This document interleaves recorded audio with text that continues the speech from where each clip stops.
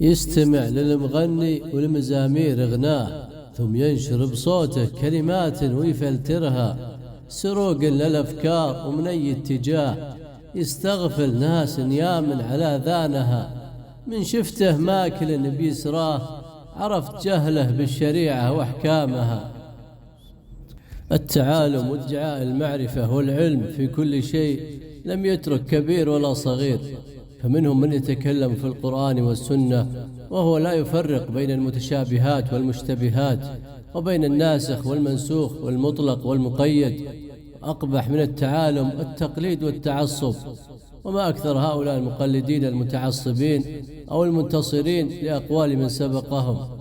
والبعض يتطاول على أحاديث الرسول صلى الله عليه وآله وسلم قدحا وذما في متن الحديث أو سنده، وهذا لا يكون إلا من شخص مكثر لقراءة أقوال الرسول صلى الله عليه وآله وسلم ورجال أهل الحديث، فهم نهم دراسة فراسة. أما التهجم التلقائي على الآخرين قبل السؤال والتوضيح والتبيين منهم، فهذا دليل النقص في النفس وسوء التعامل وإظهار التعالم.